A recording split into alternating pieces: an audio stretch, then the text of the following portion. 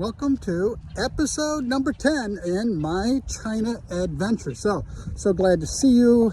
If you enjoy this, make sure that you hit the like button, subscribe, and hit the bell if you want to be notified before that. If you do hit the like button, that helps YouTube share it with more people that it might be a benefit to. So thanks for doing that. It really does help.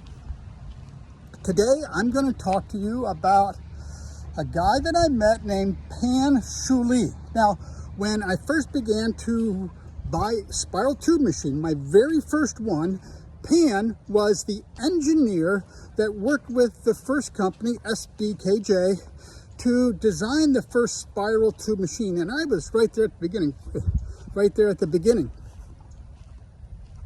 of the forming of that company. And we bought a first machine, had a customer in New York City, Long Island area that desperately needed the machine like right away. Well, kind of unusual, but they paid an extra $10,000 just to have that air freighted on an airplane to them. And then when they got there, they began to have an issue here and an issue there. And I only had 50% down. I learned better after that. And so, long story short, they wanted a technician to come. So I checked with SBKJ on the machine to a technician come. Their tech could not get a visa. So Pan Shuli, who was the engineer, didn't work for SBKJ but had a contractual relationship. He said, "I'll go." Now, Pan spoke his own version of English. We called it Panglish, because he had taught himself English. Pretty brilliant guy, but nevertheless, it was really hard to understand him. He came and we were at this company, and the guy working on the machine, the technician there, was from Turkey, and he spoke Turkish English. Pan spoke Panglish, and I ended up being the interpreter between one style of English and the other. Long story short, Pan became a long-term friend. We had many, many situations with Pan, many, many interesting things. He visited our home 2 or 3 times. He loved my dad's gun collection. Got pictures with that. He wanted to go hunting. I took him to church with us. He was there with the worship team, and he enjoyed music. He enjoyed kids. I took him to one of the former Amish families that was going to church there, and he said, "I want to live like the Amish."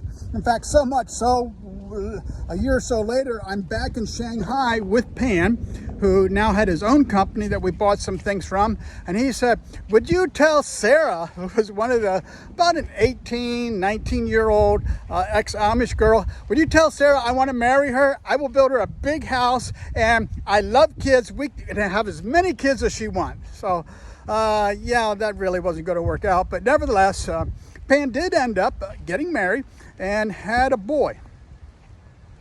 Now, one time I'm in China, and we got a phone call or a message that something happened to Pan, and he had just collapsed at the workplace, and he was comatose in the hospital. No responding. They couldn't find any brainwave. They couldn't find anything. And I told my wife, Kathy, I said to her and to Ivy, says, we need to go see Pan. So we go to the hospital. He was in intensive care. There's nothing going on in his brain. They were just on a machine. We couldn't actually go in the room, but we could be right next where we could see into the room, and we prayed. And the miraculous happened. He wakes up, and all the nurses are saying, "Who was that guy that came in?" Because they connected the fact that we came in with the time that Pan just turned around. I had talks with Pan later, and I have another business associate in Shanghai named Joseph Pan, and he also is a Christian. And one of the last times that I saw Pan, I was with him and with Joseph, and I was talking to him about about Jesus, about becoming a Christian. And Pan was an very interesting guy who, I mean, he chain smoked from one cigarette to another. And about a year before, he had just cold turkey quit smoking. And so he was very proud of that and stuff. And he still drank a lot. But he said, next year, I'm going to become a believer. I'm going to either be a Christian or a Muslim. I haven't decided which yet. I was like, oh, jeepers, Pan. So I talked with him more, and I don't know what happened with Pan. I don't know how he was going to, whether he made it. But Pan, about a year or so later, we got a message that Pan had collapsed again, but this time he was dead. So he has a son that is growing, and Pan, I always remember him to be a very, very unique individual.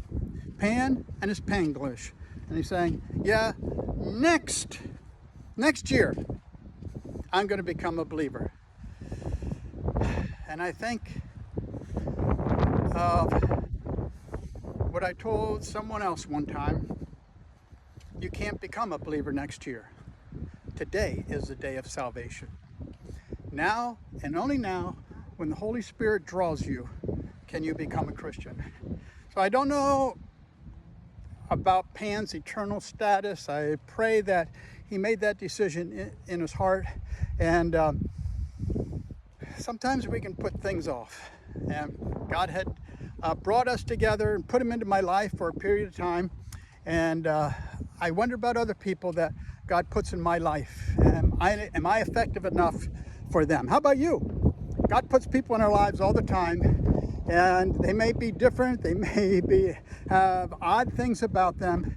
But what can we do to do our part to get them to where they need to be? That's my story for today. Take care. Bye.